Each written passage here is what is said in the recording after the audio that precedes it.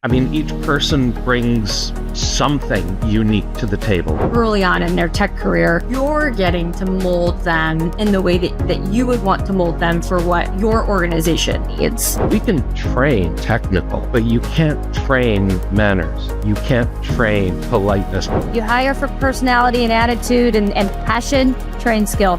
100%. I agree. Really be overly generous with your feedback. They want to make sure that they're doing what they need to do. I think sometimes we assume that the old, no news is good news mentality is the way that works, and it just doesn't. Because we aren't huge, we can offer you something that's very special. The skills that a student is learning in a 4-year computer science degree don't translate as well to an MSP business. Hello, my name is Colleen Fry, and I am the executive editor of MSP Success. And I'm so excited to be here today with this roundtable discussion on outside-the-box hiring and retention strategies. With me today are Hannah Johnson from CompTIA, Brandis Kelly from Digitex, and Jeremy Caldwell from the Human IT Company. Before we get started, though, I'll ask each of them to briefly introduce themselves and tell us a little bit about their companies. So, Brandis, I'll start with you. Welcome, and thank you for joining us. I appreciate the invite. My name is Brandis Kelly. I am president of Digitex, originally based out of Colorado, and since 2020 went full remote. We're in 9 states now, and we are an security-focused MSP. Great, thank you. Hannah, you're next. Yes, hi. My name is Hannah Johnson. I work for CompTIA. We are the largest trade organization that represents the IT and technology industry. We focus on a variety of things, including community and membership elements. We do lots of research, IT training and certification programs, and have a 501c3 arm called CompTIA Spark that focuses on getting middle schoolers, underrepresented, and young girls interested in technology. Great, thank you. And Jeremy, last but not least, our friend from Canada. Thanks, Colleen. My name is Jeremy Caldwell. I am the managing director and founder of the Human IT Company. We are located in Vancouver, BC. So for those of you who are unsure, go to Seattle, turn north and drive for about 2 hours, and that's where we are. We've been in business since 2007. And we're an MSP with a general focus and sliding a little bit more towards the security side. Great, thank you. So let me set the stage a little bit before we dive into the conversation. Everyone knows it's no secret that the IT industry and MSPs in particular have faced hiring and retention challenges over the last several years. These include a skills shortage, rising salaries, and changing expectations in a post-pandemic workforce. And here's a few stats to sort of back that up. The Bureau of Labor Statistics said that there were 66,500 openings for computer support specialists in the U.S. just last year. In cybersecurity, the staffing shortage is more acute. Last year, there were 750,000 open positions in the U.S., according to Cybersecurity Ventures. And in 2 recent MSP Success reader surveys, hiring and retention was a top worry, something that has been keeping MSP business owners up at night. And some of the MSP business owners that I've spoken with over the past year or so have talked about sifting through piles of resumes from unqualified candidates not showing up for interviews, so essentially ghosting them, or candidates even accepting the job, but then taking a better offer before their start date. So it's not the job sites like LinkedIn and Indeed, so traditional methods. It's not that they're not valuable, but everyone is looking in at those same holes, especially companies that are bigger and they have the ability to offer higher salaries and more perks. So that's a problem. So we're going to talk about how to use non-traditional means to find some great candidates. And then once you find those candidates, we're going to talk about some strategies for keeping them on board with you. So I want to start by talking about who you're looking for, and is who you're looking for changed in this climate? And I'm going to say CompTIA once again that the their tech jobs report in June showed that 45% of all active tech job postings in May did not specify a 4-year degree. And that's even higher percentage for more specialized jobs. So I want to ask all of you, in today's climate, how important is a college degree, or are soft skills and certifications, maybe more important? Jeremy, since I introduced you last, I'll start with you. What are your thoughts on this? Who do you look for? I can honestly tell you that we've never looked for the 4-year degree. From practical perspective, the skills that a student is learning in a 4-year computer science degree don't translate as well to an MSP business. We've been an MSP almost since day one, and we've regularly looked for the soft skills. We look for the communication skills. We can train technical, but you can't train manners. You can't train politeness. Brandis, you know exactly what I'm talking about. 100% attitude. Yeah, you can't train attitude and work ethic. Yep. You hire for personality and attitude and passion, train skill. 100%. I agree. Yep. Yeah, what do you think? You're nodding as well, but yeah. Do people really not need a 4-year college degree to work for an MSP? Or that's just I absolutely do not think you need a 4-year degree to work and to be successful at an MSP. I think that,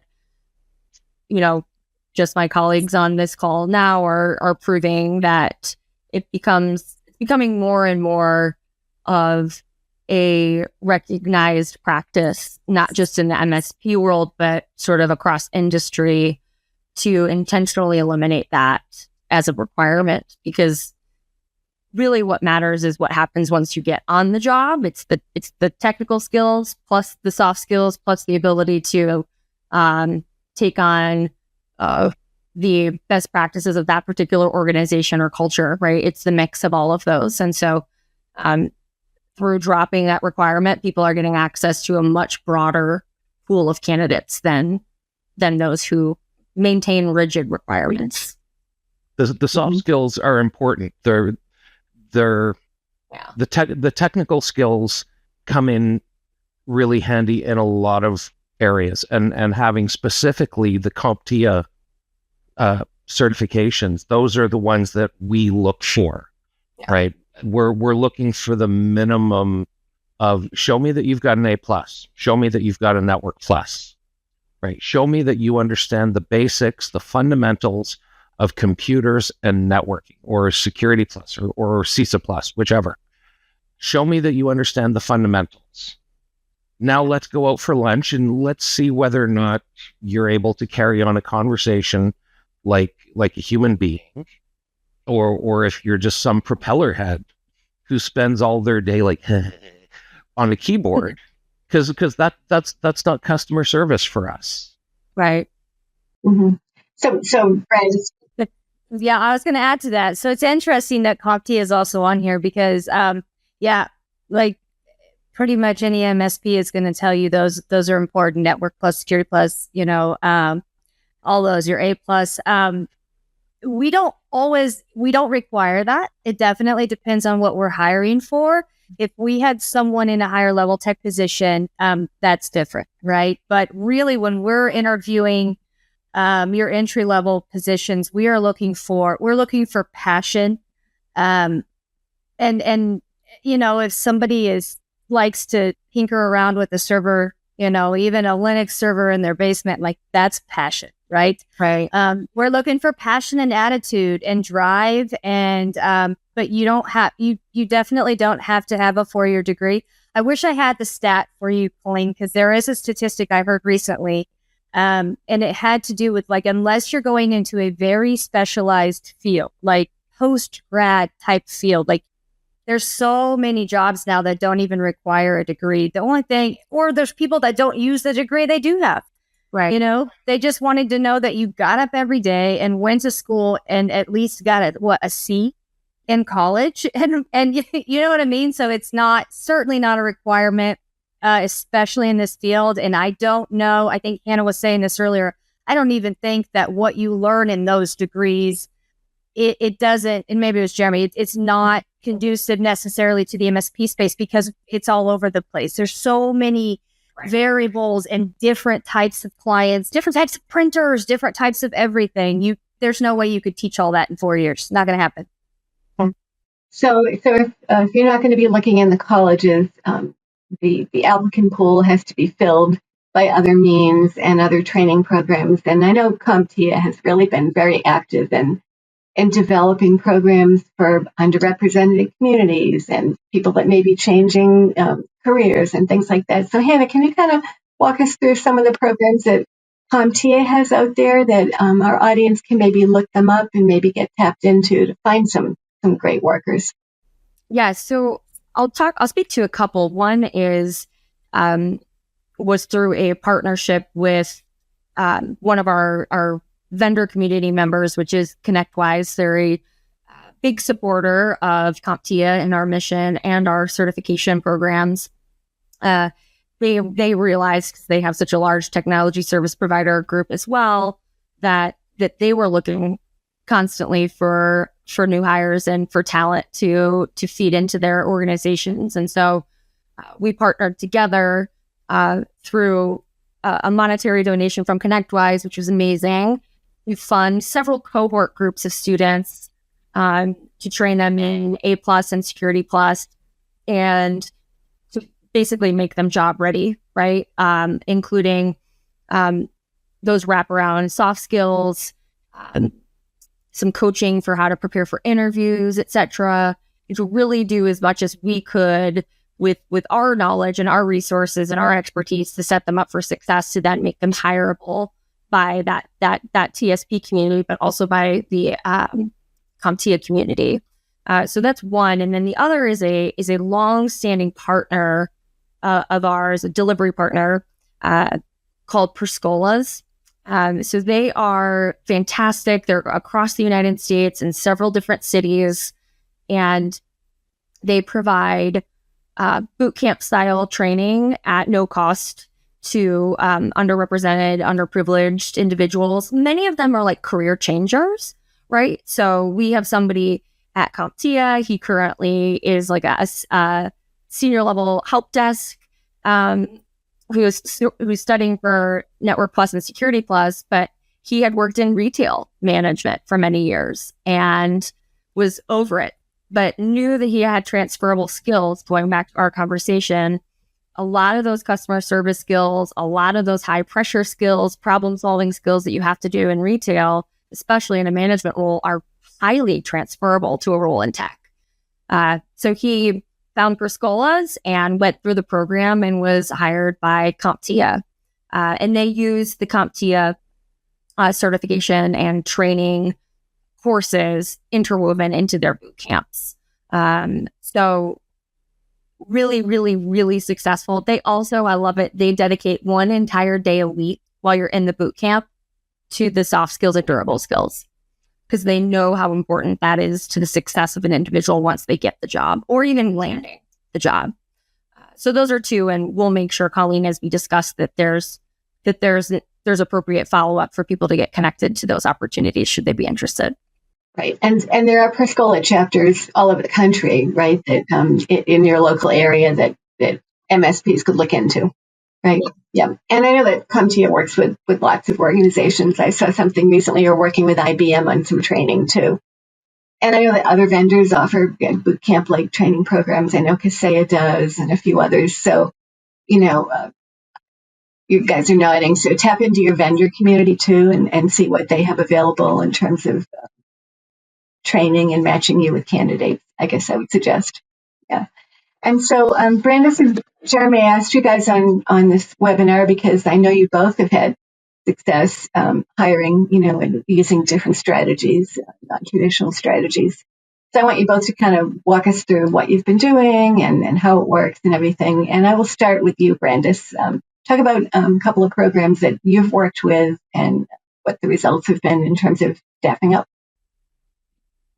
We have partnered with a couple different states for internship programs that is actually partially reimbursable back to you, as well as, and those are state funded. But then we also, in one of our states that we operate in, we've partnered with the apprenticeship program, and that's actually a federally funded program that I know is in a few other states, because we just hired a guy in North Carolina who was in their apprenticeship program, and we transferred him to our apprenticeship program.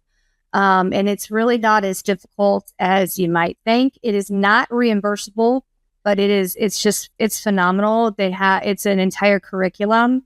It is a 36-month program, but it's also kind of self-paced.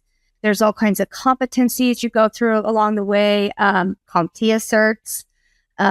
There's just so much you learn, and it's not just IT, and ours is a cyber focus, so a cybersecurity apprenticeship program. I believe they have all types of apprenticeship programs that are federally funded through the states, or through just different partners. But it's not just that. They also teach soft skills, kind of like Hannah was talking about with those boot camps, which is fantastic. I didn't even know that.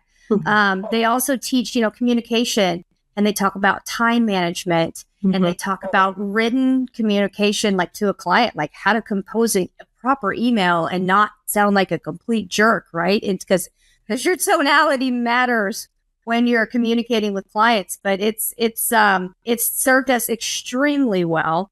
So, I mean, we've had some of our team go through apprenticeship first, which is, and then we'll put them into switch that internship first, and then we'll put them into the apprenticeship after you kind of make sure that they're ready. Cause it's not something that, unless you have a decent background and a skill set already for IT, we wouldn't just put them in the apprenticeship right off the bat. But it's just, it produces phenomenal quality technicians in our space. So the intern you've had, Brandon, specifically, how long is the internship? How long is the internship that they do with you? And have you hired any of these folks? We've hired all of them, but one actually, and we've put I believe 4 or 5 through now in the course of the last 4 or 5 years. It is technically 9 months that you're reimbursed, right? I mean, honestly, anybody could hire someone and say, you're an intern. Anybody can do that, but this is partially reimbursed through the state, up to $18 an hour, actually, which is pretty good. And it's 9 months long. And so then after that, you either keep them on, or you, I guess, let them go. It maybe doesn't work out. That could also happen between 0 and 9 months. But it is, I mean, it's just kind of a way to, this is horrible, but it's like a try before you buy. Because even at $18 an hour, if you're getting reimbursed at $18 an hour, if you paid somebody $20 an hour, that's a great starting role in this space. If you don't have a lot of experience, you're just wanting to get in the door, somebody give me a chance, that type of thing. So it's amazing. It's awesome. The apprentices you've had as well. How long is that program, and have you hired folks from that program too? So the apprenticeship program is actually people we've already hired. I will say that's the difference. So with the internship program, you're not technically supposed to hire them before you get approved to hire an intern through the state for reimbursement. So you have to apply first, and then you hire the person. Generally, you want to kind of have somebody in mind. Otherwise, because you have to apply for the internship. That one's 9 months. The apprenticeship is a program that we put people in who have already been hired.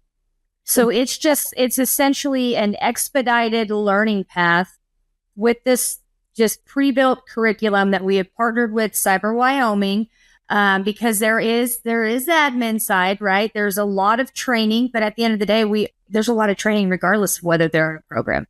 There's a lot of training if you hire someone in any job.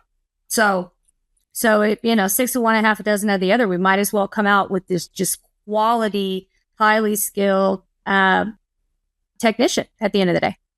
I would say too, Brandis, I mean, the fact that there's the structure there is a huge lift for, and like, especially for a smaller MSP, like trying to put together your own training program. What? Like, Right. like that's heavy. And what's nice about the program you're talking about is it's sort of, yes, there's some administrative stuff, but it's sort of packaged up for you. Yeah. Yep. Because show me, like I have a lot of homies in the MSP space. And nobody trains the same person the same way twice. Like it just doesn't work that way. So this is just super structured. You're working with clients. It's hands-on. And the curriculum and the modules, and it's not just IT. It's also how to be better at even, client relations, customer experience, those types of things. It's amazing. Yeah. I would highly recommend it. I also did a little research and got a link for people because this is a federal thing. You don't get reimbursed, but it's a great program. All right. We'll circle back to that at the end. Jeremy, you're doing something similar with a school in Canada. I know you did develop some training yourself too, right? So tell us about how that worked. Yeah, so we've partnered with a couple schools that, and the equivalent, I guess, would be like a trade school or a community college level thing. Mm-hmm. And they have typically 1-year programs to train network security engineers, cybersecurity students. And part of that program includes a practicum placement. Now, the practicum placement, which is different than the internship, is completely unpaid. It's shorter. It's about 6 weeks. And it essentially is around giving the new graduate a little taste of the work life, and giving them something a little more practical to put onto their resume. We also have programs that are federally funded, which are similar to the ones that Brandis mentioned. There's some programs that are run by the Government of Canada for youth employment, for example. So if you're hiring somebody who is between 17 and 26, you can get up to, I think it's 4 months worth of their salary reimbursed by the government, which is great. I mean, it's a fantastic way to do some onboarding, and Brandis, you said it sounds almost callous, but it's a chance to try before you buy. Yeah. Right. And we do the same thing with the practicum students. We're able to see the energy of the person, the attitude of the person. Very often these are people who are maybe coming out of high school, or they're going through a job retraining thing for whatever reason. Their midlife career change. So the students that we've had coming through this program have invariably had some kind of skill that they've been able to transfer over into the tech support realm, whether it's customer service or client relations or troubleshooting. And we've done pretty well with these practicum students. We've got 2 of them that work for us right now. And one of them, he did a job retraining thing. He was an auto mechanic. And it's amazing to have somebody come in who already understands the fundamentals of troubleshooting. Right. And elimination processes to get down to the real crux of the matter. I didn't have to train this guy how to do troubleshooting because he understood the concept from being an auto mechanic. Mm-hmm. Mm-hmm. Makes sense. For both of you, while you have a student, or in your case, an intern, Brandis, they're doing real work, right? I mean, you may not set them free right away, but they're doing real work for you. So it's a benefit. Correct. Oh yes, yeah. It's real, like work daily experience. Yeah. A year and paid at that.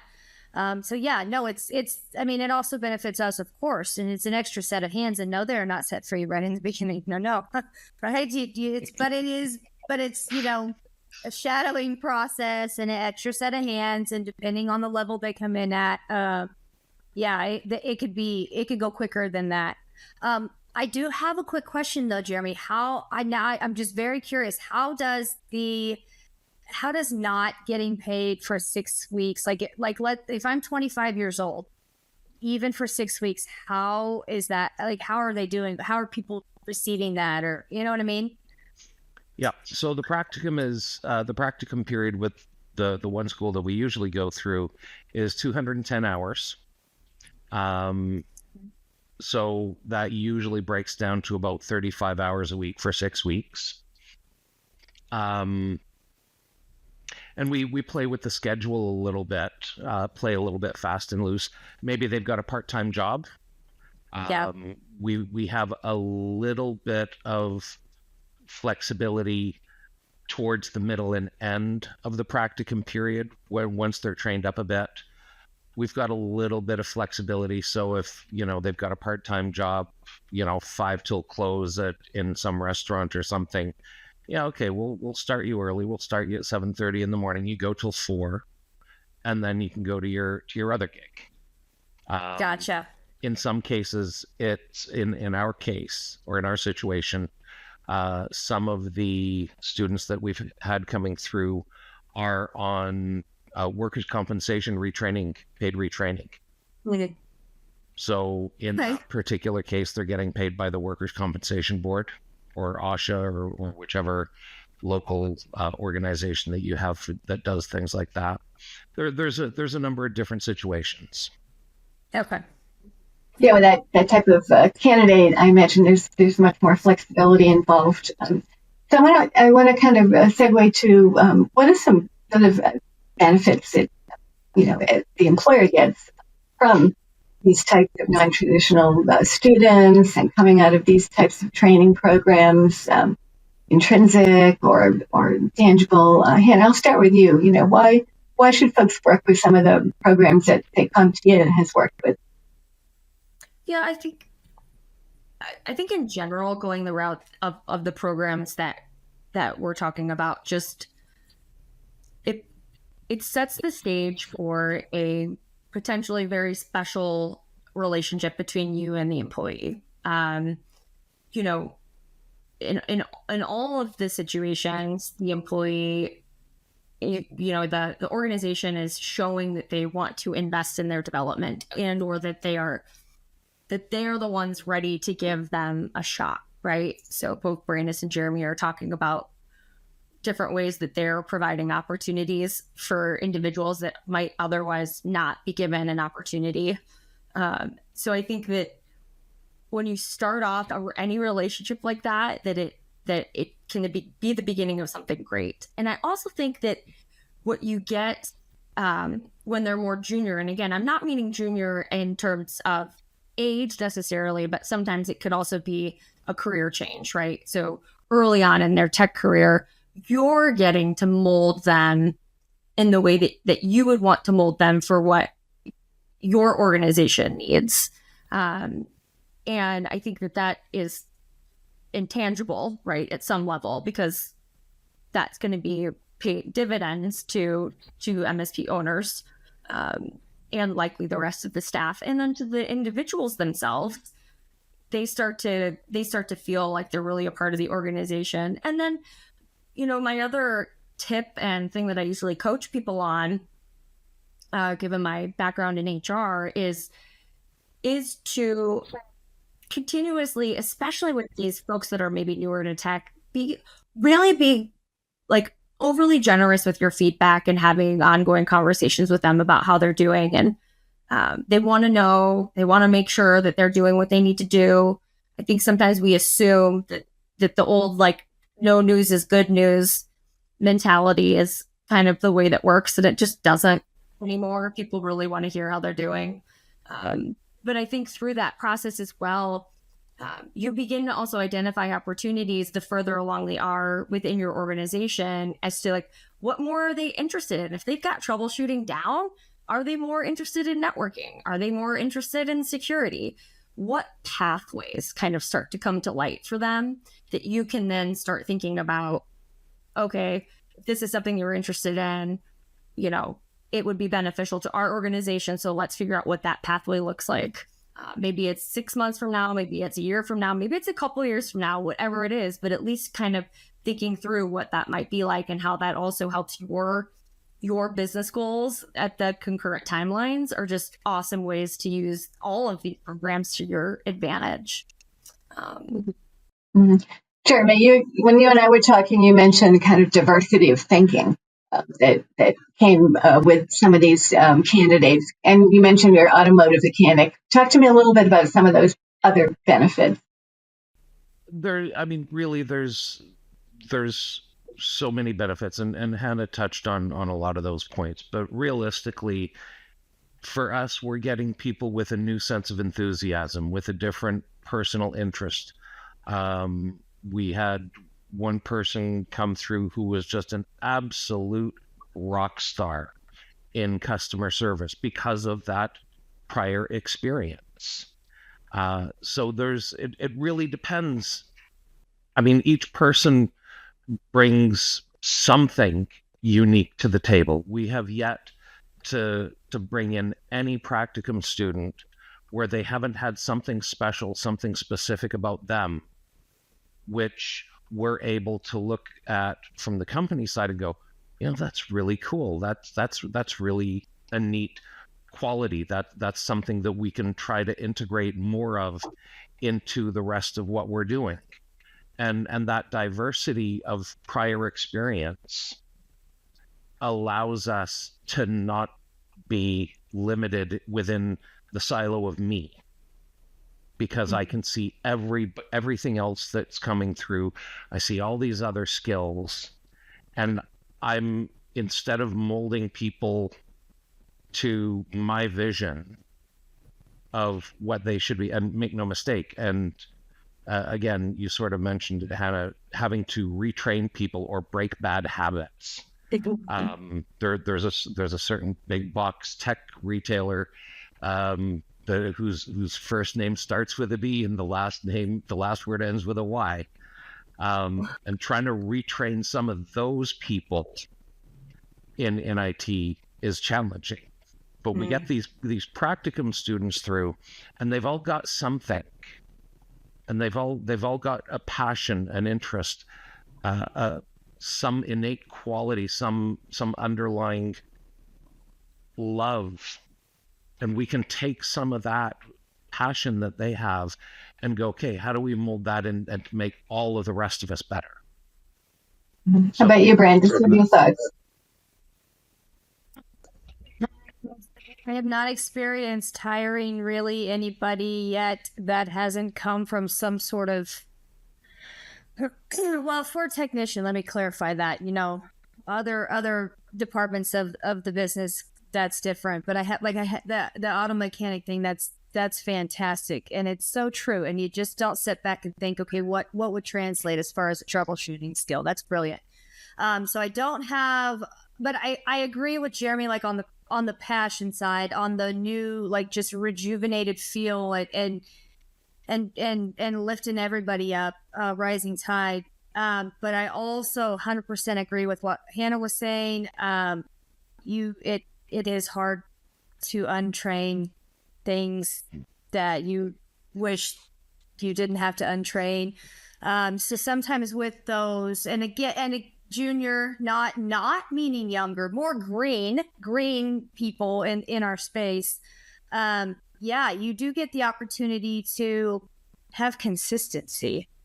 That's a big one, because everybody's kind of learning those same types of way, the Digitex way, or DTS way, as we say, versus you're not having to combat what may have been learned over the last decade or whatever.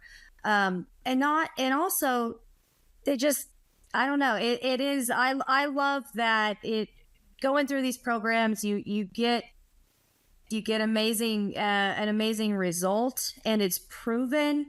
It's fantastic. I love like all these programs, even like the CompTIA certs and stuff. Like when you go through and get that, like you know what you're getting. They're the same for everybody. So consistency, I think, is huge. So I'll ask everybody who wants to answer this. So what's the lift to get involved in these types of programs? Does it cost you money? How much time does it take? Do you have to create, training materials? Do you have to do report cards for the students? What does it take, just so our audience knows what it would involve? The apprenticeship, so the ones that we're a part of, the internship and the apprenticeship are both federally funded, so it doesn't cost us anything per se. But the lift would be time, yes. The training materials for the apprenticeship, we didn't put it all together. We have partnered, which I would highly recommend you partner with someone, an educator who's already doing it, because I got to imagine there was training involved because they also have to have consistency. But the lift on our side, we are meeting bi-weekly with everybody. We have an administrator essentially who meets with anybody in the apprenticeship program. I know that the people going through it have to report. There's modules. They have all types of documentation and competency checks. So there's a lot of scheduling and administrative on our side, making sure that these meetings are met. And if there's a timeline, but again, it's a little bit of your self-paced learning. So if there's something that vulnerability testing would be a great example. If you're trying to learn vulnerability testing and you just don't, you do a competency check, you have to have that skill set or be able to have someone who knows, partner up with even another company. That's why it's important to partner.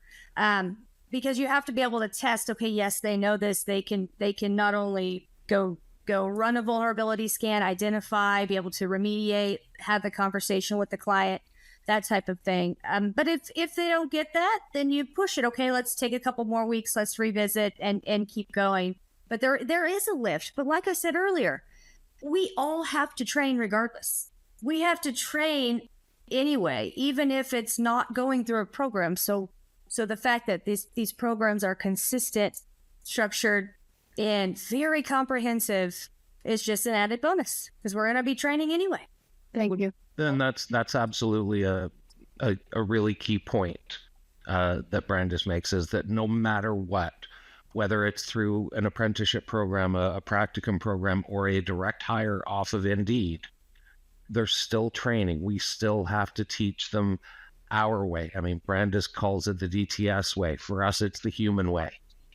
And we're still teaching how to do things our way. So there's always going to be some lift.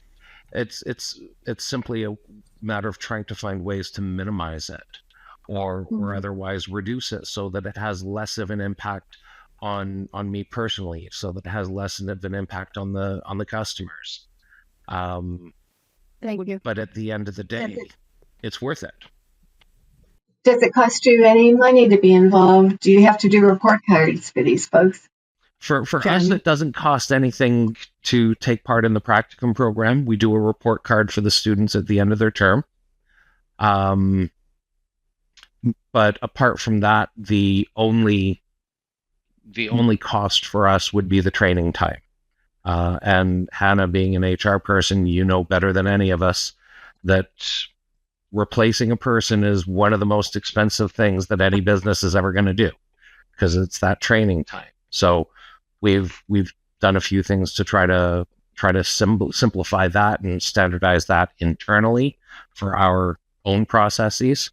But no matter what, it's still worth it to be able to go to the schools, go to the students, and tell and show them, demonstrate to them that we're here to support you. We're here to help you grow and succeed.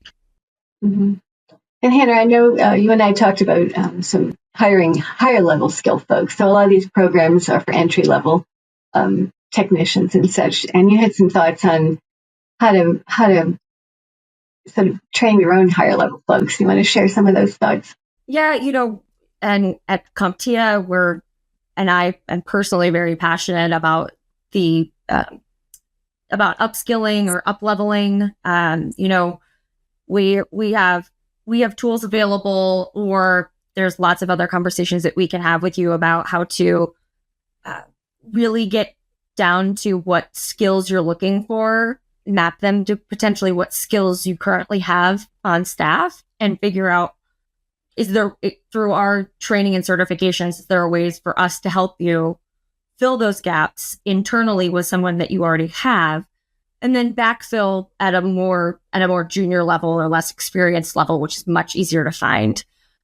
Because, we have seen and I have personally experienced that trying to find that sort of unicorn person is often very difficult. And sometimes too, depending on your culture and your organization and the size, that you have to be really careful about who you bring in to the team, especially at a more senior level, and how they fit in with everybody. So it usually ends up being, unless, as Brandis was talking about, this like very specific skill that that you can't, teach someone. If it is something that you believe you can teach and are willing to kind of give the time in order to get that done, I think it usually could pay off multiple dividends versus stressing over trying to find somebody out there that hopefully fits all of the qualifications that you're looking for, not just from a skill perspective, but also from a cultural perspective. So, and if you do want to tap into some of these programs to get some lower level techs, how do you do it? You, Brandis, you and Jeremy both found programs, and Hannah, I know you have programs. So what advice can you give to our listening audience about, like, how do I find these things? How did you get involved? Well, for ourselves, we were cold called by one of the schools. They called us looking to place a practicum student. And then we took that and called a couple other schools. We even used the same mindset, the same approach in finding marketing practicum students. Same thing, you get a marketing practicum, it's 180 hours. So we're getting 180 hours worth of marketing assistant work from a practicum student.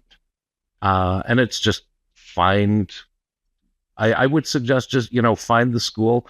Brandis, you mentioned you've got a couple, a link to a resource for one of the U.S. federal programs. For anybody in Canada, it's the same thing. You can search the Government of Canada website and find youth employment programs. Or you can just try calling the local colleges and see, do they have a 9, 12, 16-month program that that has a practicum component, and see if it works for you. Do they have? How'd you get involved, Brandis? Well, we also, I was very heavily focused on, internship, apprenticeship, but we also have partnered with a few junior colleges and like a VOTEC in a couple other states. And what we did is, we just called and explained who we are, what we do, what we're looking for, and then sporadically drop off like gifts for all their counselors, because then we're top of mind whenever they have like great candidates come through. We're looking for that level. As far as the apprenticeship, that one is in Wyoming, but it's federally funded. I know they also have it in North Carolina, because we just transferred one all the way over. It is www.apprenticeship.gov/partner find. And I'm providing the link to set you up to also look to partner, find an educator. It does, when you go into that, it also, do you want to start your own apprenticeship program? Do you want to find a partner near you? Because it is federally funded, but there has got to be a lot that goes into this to build the program so you want somebody who knows what they're doing, I would advise. In whatever state you're in. I don't know about Canada, but in whatever state you're in here, go there and just start there. It wasn't difficult for us to get buddied up, and a lot of help. Mm-hmm. Hannah, how about getting in touch with some CompTIA programs? I know that the nonprofit side of your organization has some programs as well. So how do folks find out about that? Yeah, I mean, going to CompTIA.org, going to CompTIA Spark. I would also say, again, Colleen is going to, there's some like actual individuals within CompTIA that you could reach out to that have direct pipelines into the programs that are where our CompTIA students are graduating, right? And then will ultimately be available for hire. And then Perscolas, that is just another go to. Perscolas, I believe is perscolas.org. Yep.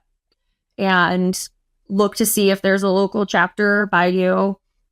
They're always looking for employer partners to be able to launch their students into those organizations. So certainly follow up. Certainly you can reach out to me directly and I can put you in touch with the right person, but we'll look to follow up with those watching with the specific resources. So.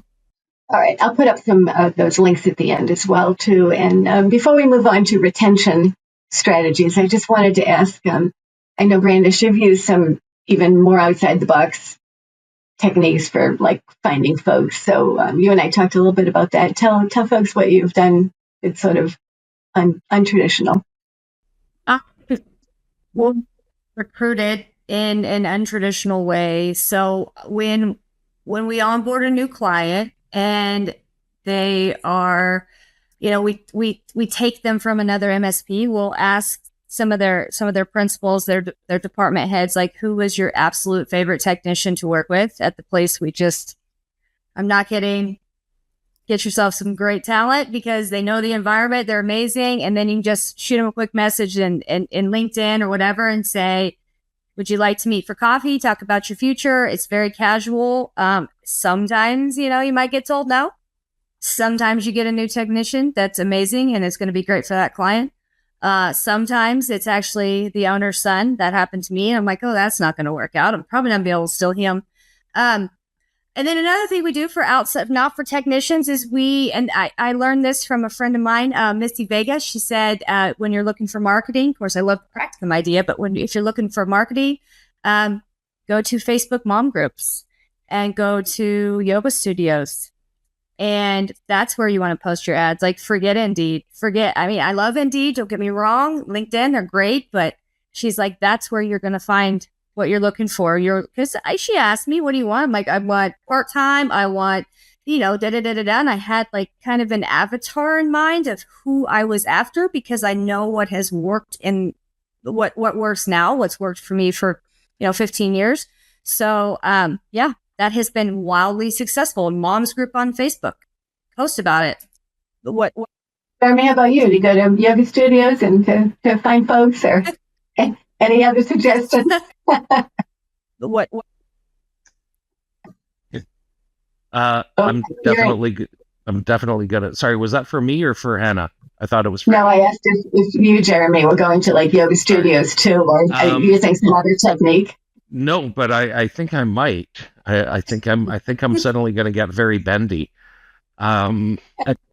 There's all sorts of different techniques. The ones Brandish mentioned are absolutely top shelf. For us, we've got an internal employee referral program.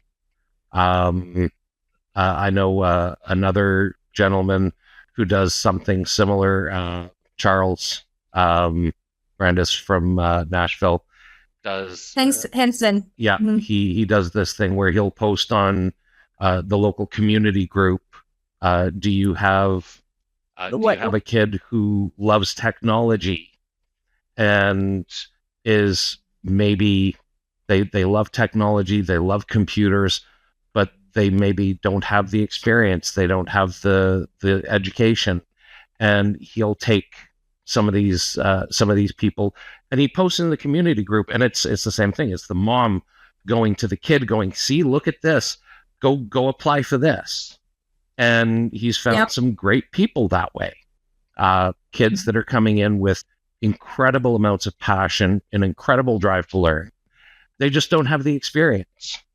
and maybe they don't have the formal education. So send them through CompTIA, get them the A+, introduce them to help desk techniques, and you find some amazing people in the most unlikely place. Mm-hmm.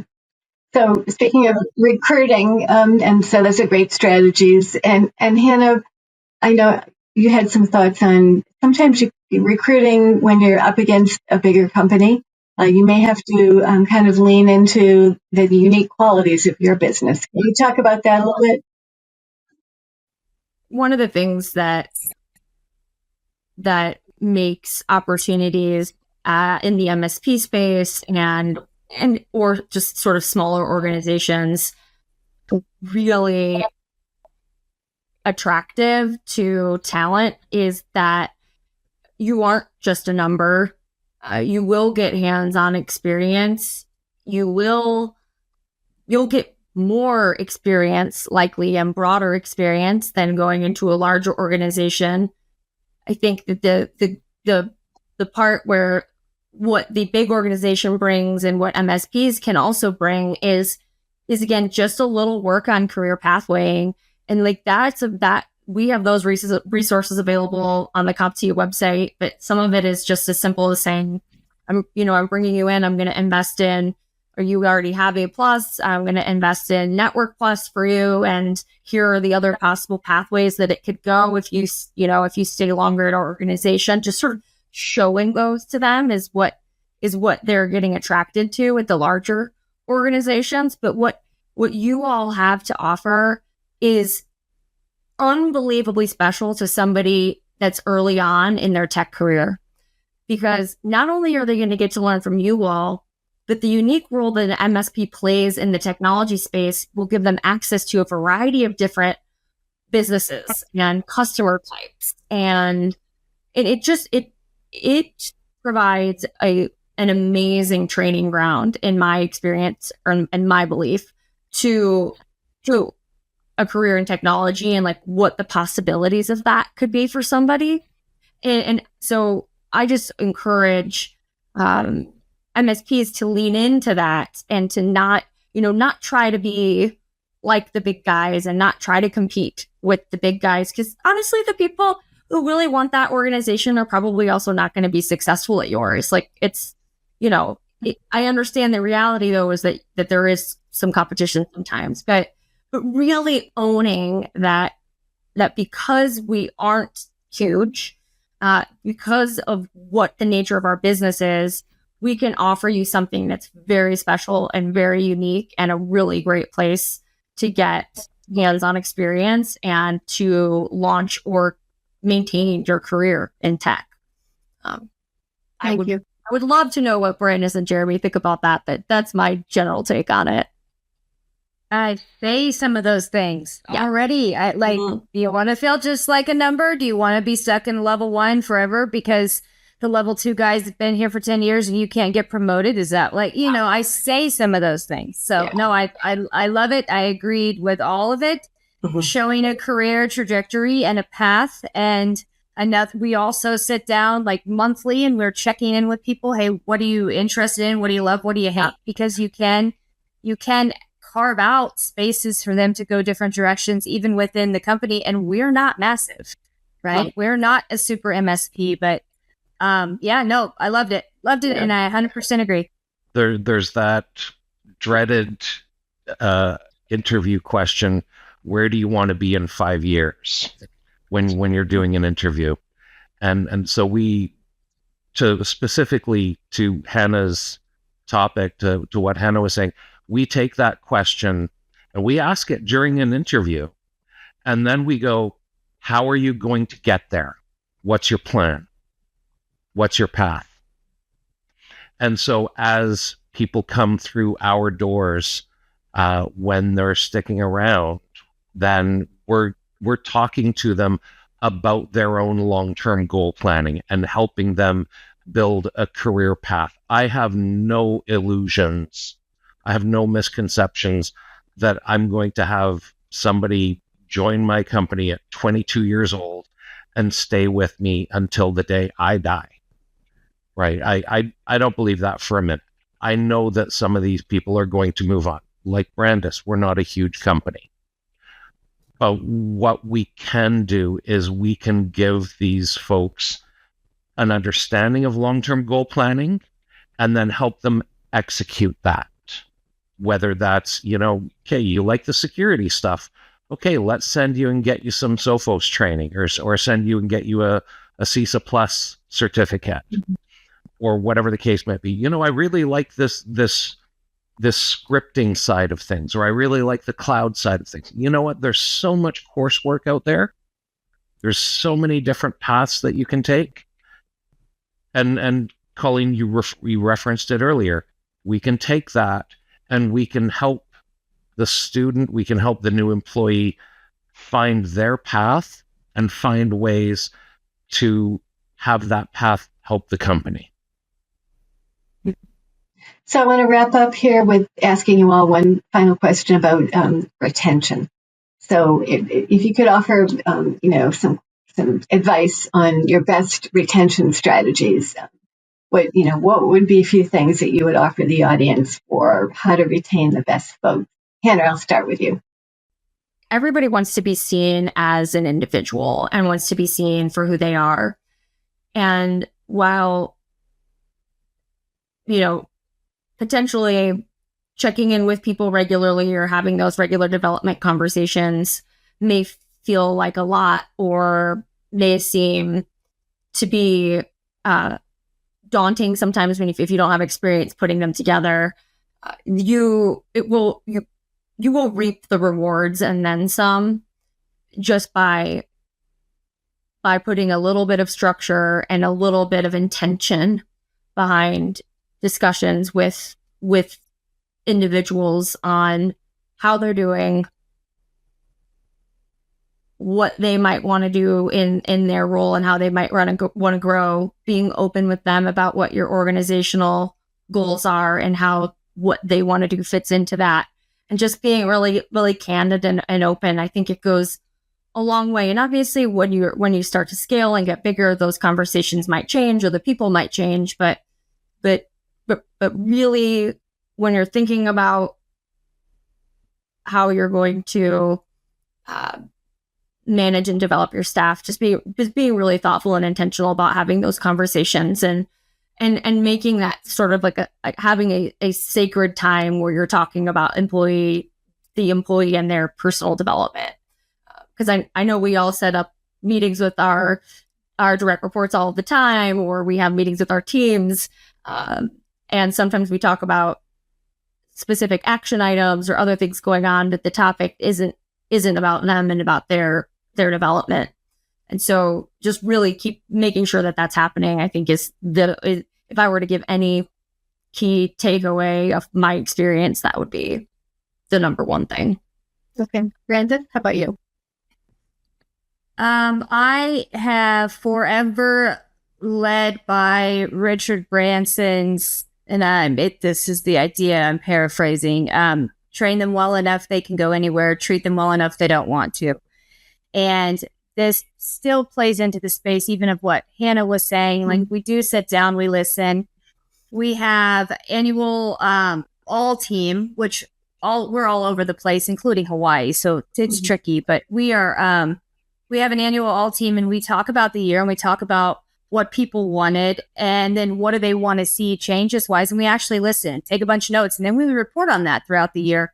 But we are also sitting down and just doing one-on-ones, and it doesn't even always have to be work related. And it's not asking, you've got somebody who loves to blow glass out of old whiskey bottles. And I'm like, show me, you want to make sure that they feel like they are not just a number and that they are being heard.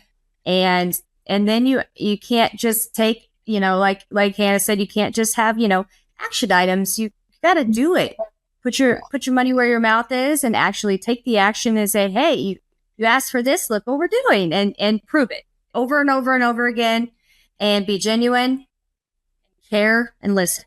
And Jeremy, your best retention strategy.